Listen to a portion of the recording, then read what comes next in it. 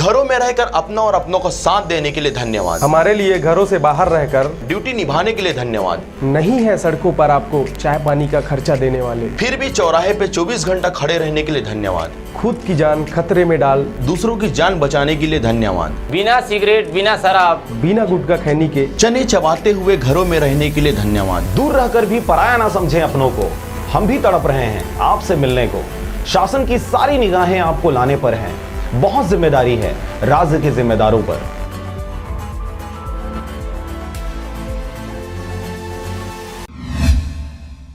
यह खबर आम जनों के साथ साथ हर उस व्यक्ति के लिए महत्वपूर्ण है जिनके किसी करीबी रिश्तेदार या परिचित के परिवार में हाल ही में कोई मृत्यु को प्राप्त हुआ है, चाहे वह किसी भी कारण से बीमारी या फिर कोविड-19 से हुई हो। आपको बता दें, मृतक के बैंक खाते से 1 तारीख से 4 तारीख और 31 तारीख से 3 तारीख के बीच 12 रुपए या फिर 330 रुपए काटा गया हो तो इसे चिन्हांकित करके मृतक के परिजनों को बैंक जाकर 2 लाख रुपए के बीमा राशि का दावा करने को कहें। इसके अलावा आपको बता दें कि वर्ष 2015 में भारत सरकार ने सभी बैंकों के बचत खाता धारकों को 2 सस्ती बीमा योजनाएं प्रदान की थी।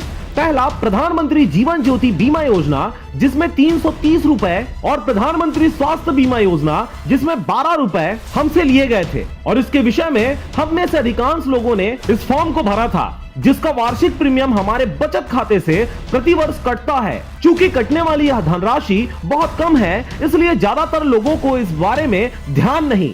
इसलिए आप सभी से यह आग्रह है कि यदि आपके आसपास ऐसी कोई घटना हुई हो तो तुरंत पीड़ित परिवार अथवा उनके परिजनों को अवश्य इस विषय में जानकारी दें। कोरोना महामारी वाले इस युग में पीड़ित परिवार को 2 लाख रुपए की मदद भी अभी बहुत बड़ी मदद के रूप में साबित हो सकती है। Bureau report, RJ रमझाझर।